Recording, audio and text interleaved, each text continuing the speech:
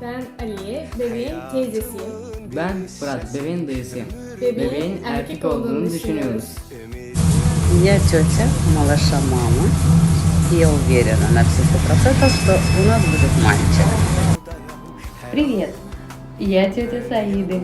И я уже очень давно знаю о том, что родится мальчик, так как я говорила об этом еще до твоего проекта. Всем привет! Я подруга Саиды. Я думаю, что там мальчик. Я тетя малыша и думаю, будет мальчик. Mən Əfqanla Səidənin ən yaxın dostlarıyam, oğlan istəyirəm.